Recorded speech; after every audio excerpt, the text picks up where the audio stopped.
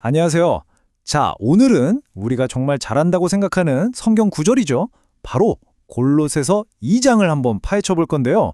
여기에 정말 놀라운 의미가 숨겨져 있다는 사실 알고 계셨나요? 이 모든 비밀의 열쇠는 딱 한 단어에 달려 있습니다. 강연 내용에서 이런 말이 나와요. 에이스라는 단어가 나오면 그때부터는 정말 바짝 정신 차리고 봐야 한다. 바로 이거예요. 이게 오늘 우리가 찾아 나설 보물지도의 첫 번째 단서라고 할 수 있겠죠? 뭔가 대단한 게 숨어 있다는 신호탄 같은 겁니다. 아니, 근데 전치사 하나가, 단어 하나가 어떻게 성경 구절 전체의 의미를 완전히 뒤바꿔 놓을 수 있을까요? 정말 궁금하지 않으세요? 이게 사실은 우리 신앙을 이해하는데 아주 중요한, 뭐랄까, 언어 속에 숨겨진 수수께끼 같은 거예요. 자, 지금부터 저랑 같이 한번 풀어보시죠. 자, 그럼 본격적으로 한번 들어가 볼까요? 우리의 첫 번째 열쇠, 정말 작지만 어마어마한 힘을 가진 그리스어 단어 하나를 먼저 만나보겠습니다.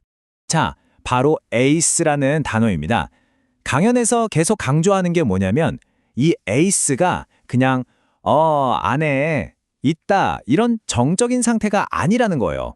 그게 아니라 무언가와 완전히 하나가 되기 위해서 그 안으로 향해 들어가는 움직임, 그러니까 하나의 과정을 담고 있는 아주 역동적인 단어라는 거죠. 그리고 바로 이 에이스라는 단어의 뜻이 강연의 핵심 개념, 바로 크리스토스화로 자연스럽게 연결됩니다. 그러니까 신앙이라는 게 나는 믿어 하고 딱 멈춰있는 어떤 상태가 아니라는 거예요. 그게 아니라 그리스도를 향해서 계속해서 나아가는, 살아 움직이는 과정이라는 거죠. 완전히 다른 개념이죠? 자, 그럼 이 여정이라는 개념을 가지고 성경을 다시 보면 뭐가 보일까요? 이게 정말 재밌는 게 사도 바울이 얼굴 한 번 본 적 없는 신자들을 위해서 벌였던 그 영적인 싸움 있잖아요. 그게 완전히 다르게 보이기 시작합니다. 골로새서 2장 1절을 보면 바울이 골로새랑 라오디게아 교회 그리고 자기 얼굴을 모르는 모든 사람들을 위해서 자기가 얼마나 큰 투쟁을 하고 있는지 막 쏟아내요. 여기서 바울이 얼마나 절박하고 또 헌신적이었는지가 그대로 느껴지죠. 근데 여기서 진짜 핵심은 본다는 말의 의미예요. 강연을 들어보면 바울이 여기서 쓴 호라호라는 단어는 그냥 우리 눈으로 사물을 보는 그런 차원이 아니라는 겁니다.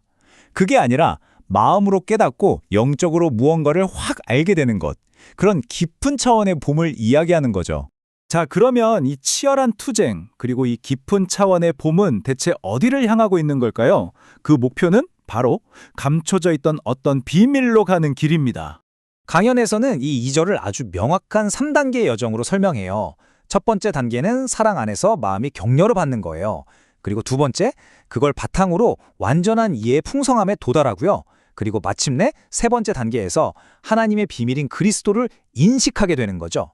그냥 1, 2, 3 나열한 게 아니라 명확하게 앞으로 나아가는 과정이라는 게 보이시죠? 자, 이 여정의 최종 목적지, 이게 바로 에피그노시스, 우리말로는 인식입니다. 근데 여기서 말하는 인식이란 건 그냥 머리로 그렇구나 하고 아는 게 아니에요. 이건 직접 부딪히고 경험해서 얻는 아주 깊고도 개인적인 알을 말하는 겁니다.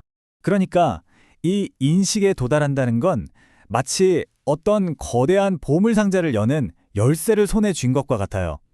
과연 그 상자 안에는 뭐가 들어있을까요? 바로 성경 구절이 답을 주죠. 그리스도 안에는 지혜와 지식의 모든 보물이 감추어져 있다. 네, 이 여정의 목표는 바로 이 보물들을 찾아내는 겁니다. 그럼 첫 번째 보물부터 볼까요? 바로 소피아, 지혜입니다. 근데 이건 우리가 흔히 생각하는 똑똑하고 논리적인 그런 세상의 지혜가 아니에요. 오히려 세상 사람들 눈에는 저게 뭐야? 싶을 정도로 어리석어 보일 수 있는 그런 신적인 지혜, 예를 들면 십자가 같은 것들을 말하는 거죠. 그리고 두 번째 보물은 그노시스, 지식입니다. 여기서 강연자가 아주 중요한 얘기를 해요. 우리가 그노시스 하면 자꾸 영지주의라는 이단을 떠올리잖아요. 근데 그런 프레임에 이 단어를 가둬버리면 성경이 원래 말하고자 했던 정말 중요한 영적 지식의 의미를 다 놓쳐버리게 된다는 거예요. 이건 정말 조심해야 할 부분입니다. 게다가 아까 감추어져 있다는 단어 기억나세요? 아포크리포스라고 했는데 이게 그냥 숨겨져 있다는 뜻을 넘어서 조각조각 분리돼서 숨겨져 있다는 뉘앙스가 있어요. 이게 무슨 말이냐면 마치 분해된 총의 부품들을 하나하나 다 찾아서 제대로 조립해야만 총이 되는 것처럼 이 지혜와 지식도 흩어진 조각들을 다 모아야만 비로소 그 전체 의미를 파악할 수 있다는 거죠. 자, 보세요. 지금까지 이야기한 모든 것들, 그 치열한 투쟁, 깊은 차원의 봄, 단계별 여정, 그리고 보물찾기까지 이 모든 게 결국 어디로 돌아오는지 아세요? 맞습니다. 맨 처음에 봤던 그 강력한 전치사 하나로 전부 귀결되는 거예요. 그래서 바울이 그럴듯한 말, 교묘한 말에 속지 말라고 그렇게 경고하는 겁니다. 진짜 믿음은 누가 말 잘해서 그런가 보다 하고 설득당하는 게 아니거든요. 진짜 믿음은 삶의 질서와 흔들리지 않는 견고함으로 눈에 보이는 거예요. 그리고 그 견고함은 가만히 서 있는 돌멩이가 아니라 그리스도를 향해서 계속 나아가는 살아있는 힘이죠. 네, 바로 이겁니다. 이게 바로 에이스 크리스토스의 여정이에요. 그리스도 안에 머무는 믿음이 아니라 그리스도를 향해 들어가는 믿음. 단순히 그리스도를 믿는 것에서 그치는 게 아니라 그리스도를 닮아가는 과정, 그 자체가 되는 거죠. 정말 놀랍지 않나요? 에이스라는 이 작은 단어 하나가 우리의 신앙을 평생에 걸친 역동적인 변화의 여정으로 완전히 새롭게 정의하는 겁니다. 자, 그럼 오늘 내용을 마무리하면서 마지막으로 이 질문을 한번 던져봅니다. 여러분의 신앙은 그저 내가 가지고 있는 어떤 것, 즉 명사인가요?